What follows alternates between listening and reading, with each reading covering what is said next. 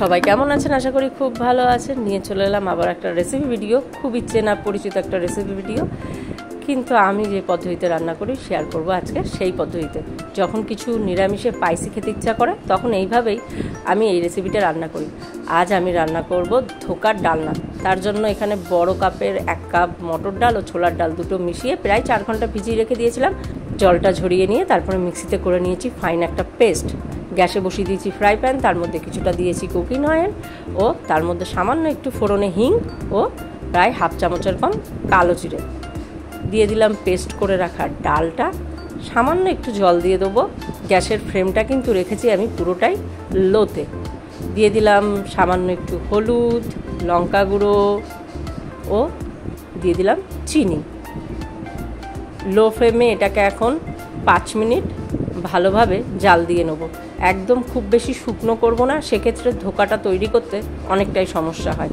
আর এই পদ্ধতিতে করলে না ধোকাগুলো অনেক বেশি খাস্তা মুচমুচে হয়, পুরো মুখে দিলে একদম মিলিয়ে যায়। আমি অনেকবার করে দেখেছি এবং এই দিনের ধোকাটাও কিন্তু দারুণ হয়েছিল। প্রায় 5 মিনিট পরে একটা থালার মধ্যে সামান্য একটু তেল দিয়ে ধোকার পেস্টটাকে দিয়ে দিয়েছি। এখন সেটাকে একটা শেপ দিয়ে নেবো। চাইলে একেবারে চৌকো শেপ করে নেওয়া যায়। আমি প্রথমে একটু গোল করে নিচ্ছি, নিয়ে পাশগুলো কেটে নেবো, তাহলে শেপটা অনেক সুন্দর চৌকো হবে। আর যদি একটু ধোকার পেস্টটা একটু বেশি শুকনো হয়ে যায় সেক্ষেত্রে সামান্য একটু জল দিয়ে, কিন্তু যখন থালার মধ্যে একটা শেপ তৈরি করা হবে তখন একটু জল দিয়ে দিলেই হবে। প্রায় এখন ওটাকে রেখে দিয়েছি ঢাকা দিয়ে। তার ফাঁকে তৈরি করে নিয়েছিলাম মতিচুরের লাড্ডু, কারণ ধোকাতে অনেকটা পেস্ট হয়ে গেছিলো ডাল, সেটা দিয়েই মতিচুরের লাড্ডু করে নিয়েছি। তার ভিডিও অবশ্য আমার চ্যানেলে কিন্তু আগেও আছে। প্রায় আধা ঘন্টা পরে এখন ধোকাগুলোকে শেপ দিয়ে নেব।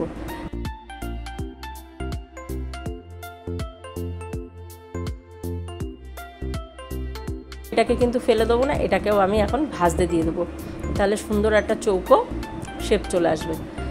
গ্যাসের ওপরে ফ্রাই প্যানে বেশ কিছুটা তেল গরম হতে দিয়েছি, তার মধ্যে দিয়ে দিয়েছি সাইডের পাটগুলো ভাজতে। এবার একে একে পছন্দ মতন ধোকার শেপ দিয়ে নেব। তবে এইবার ধোকা রান্নাতে একটা জিনিস আমি মিস করেছি এই ডালের পেস্টে দিতে, সেটা ভিডিও শেষে বলবো আপনাদের সাথে। কিন্তু তাছাড়াও যে ধোকা এত বেশি টেস্টি আর এত বেশি খাস্তা হয়েছিল আমি তো ভাবতেই পারিনি।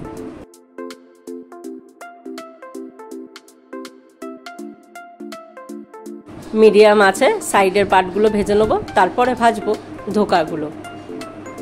গ্যাসের ফ্লেমটা যদি এই সময় হাই করে দেওয়া হয় সেক্ষেত্রে ওপরটা তাড়াতাড়ি ভাজা হয়ে যাবে, ধোকাটা খুব বেশি খাস্তা হবে না ও ভেতরে রস যেতেও পারবে না, সেক্ষেত্রে ধোকাটা কিন্তু অনেকটাই শক্ত হয়।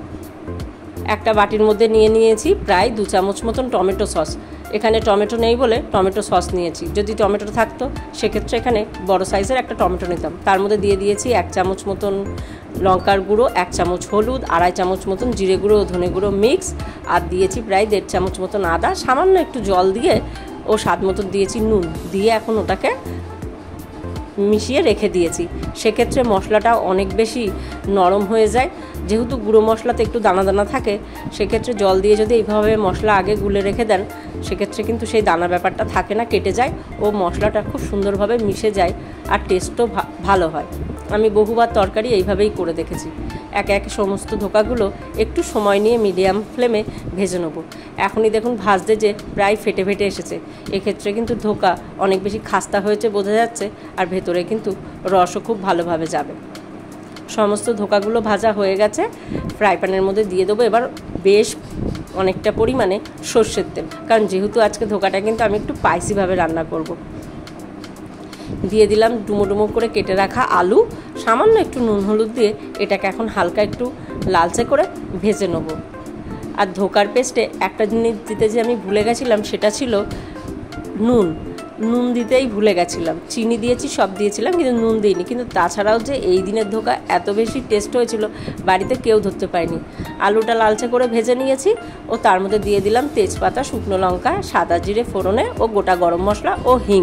অবশ্যই হিংটা মাস্ট, হিঙেই একমাত্র নিরামিষ রান্নার দারুণ একটা আলাদা ফ্লেভার আসে। আর ধোকাতে তো হিং অবশ্যই দিতে হয়, হিং ছাড়া ধোকার টেস্ট কখনোই খুব ভালো আসে না। দিয়ে দিলাম গুলে রাখা মশলার পেস্টটা, দিয়ে এখন খুব ভালোভাবে মিশিয়ে নেবো এটাকে প্রায় 2 মিনিট মতন। গ্যাসের ফ্লেমটা কিন্তু আছে আমার মিডিয়ামে, হাই ফ্লেমে দিলেই কিন্তু পুড়ে যাবে। দিয়ে দিলাম তার মধ্যে 1/2 চামচ মতন কাশ্মীরি লঙ্কার গুঁড়ো ও সামান্য একটু জল দিয়ে এখন এটাকে 2 মিনিট মতন খুব ভালোভাবে মিডিয়াম ফ্লেমেই মশলাটা কষতে দেবো আলুর মধ্যে। প্রায় 2 মিনিট হয়ে গেছে। এই পর্যায়ে এর মধ্যে আরও একটা জিনিস দেওয়া বাকি আছে। 1 চামচ মতন কাজু বাটা, 1 চামচ মতন চাল মগজ ও 1 চামচ দিয়েছি এর মধ্যে পোস্ত। 3টেকে মিক্সিতে খুব ভালোভাবে পেস্ট করে এখন দিয়ে দিলাম সেই পেস্টটা। এতে কিন্তু ধোকার টেস্ট পুরো অকেশান বাড়ির মতন আসে। অনুষ্ঠান বাড়িতে যেমন ধোকার টেস্ট পান এতেও কিন্তু তেমন চলে আসে। এই সময় আর একটা জিনিসের একটু মিস, সেটা হলো 1 চামচ গুঁড়ো দুধ এর মধ্যে দিয়ে দিয়েছিলাম, সেটা বলতেও ভুলে গেছি। এদিকে যতক্ষণ মশলাটা প্রায় 2 মিনিটের জন্য মিডিয়াম ফ্লেমে কষতে দিয়েছি, পুচি অনেকক্ষণ ধরে ম্যামা করছে, কারণ ওকে এখন বিস্কুট দিতে হবে। ওই দেখুন, ও ঠিক জানে এখানে বিস্কুট থাকে, চলে আসে। বিড়াল যে এত বিস্কুট খেতে ভালোবাসে আমাদের পুচিকে না দেখলে কেউ বিশ্বাসই করবেন না। ও সারাদিনে মোটামুটি 10-15টা তো বিস্কুট খেয়েই নেয়। প্রায় 2 মিনিট হয়ে গেছে। মশলাটা আলুর সাথে কিন্তু খুব ভালোভাবে কষে এসেছে। রঙটা দেখেছেন কি দারুণ হয়েছে না?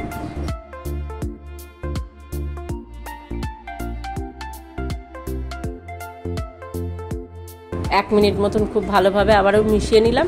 এবার দিয়ে দেবো এর মধ্যে গরম জল। গরম জল দিলে সব সময় তরকারির স্বাদ কিন্তু অনেক পরিমাণে ভালো হয়, আর ধোকা রান্নাতে গরম জল দিলে টেস্টও কিন্তু খুব ভালো আসে। প্রায় এখানে বড় কাপের 2 কাপ গরম জল দিয়েছি। এখন এটাকে ফুটতে দেবো প্রায় 3 মিনিটের জন্য। তবে গ্যাসের ফ্লেমটা এখনও কিন্তু আমি মিডিয়াম রেখেছি, এবার একটু হাই করে দেবো। আর আমার একটা বাজে অভ্যাস হলো রান্না করতে করতে বারবার গ্যাসটাকে পরিষ্কার করি। কী যে বাজে অভ্যাস আমার, এর জন্য বাড়িতে অনেক সময় আমি বকাও খাই। প্রায় 3 মিনিট হয়ে গেছে। এবার দেখে নেবো আলুটা সেদ্ধ হয়ে গেছে কিনা, নুন মিষ্টিটা ঠিক আছে কিনা। আলু সেদ্ধ হয়ে গেছে, নুন মিষ্টিও ঠিক আছে। দিয়ে দিচ্ছি এবার এর মধ্যে প্রায় 1.5 চামচ মতন ঘি ও 1/2 চামচ মতন গরম মশলা। এবার দিয়ে দেবো এর মধ্যে ভেজে রাখা ধোকা, দিয়ে আবারও 2 মিনিট মতন মিডিয়াম আছে খুব ভালোভাবে ফুটিয়ে নিলে তৈরি হয়ে যাবে ধোকার ডালনা। ওপরে অবশ্য একটু ধনেপাতা দিলে ভালো হতো, কিন্তু ছিল না বলে আর দেওয়া হলো না। তবে পেস্টের যে ধোকাতে আমি নুন দিইনি, তাতে কিন্তু টেস্টের কোনো কিছু খারাপ হয়নি। বাড়িতে কেউ ধরতেই পারেনি, সবাই বলছে না না নুন তো দেওয়া আছে, টেস্ট আছে। পরের ভিডিও আর শেয়ার করতে পারিনি, কারণ স্টোরেজের জন্য পরের ভিডিওটুকু আর হয়নি। ভিডিও কেমন লাগলো জানাবেন।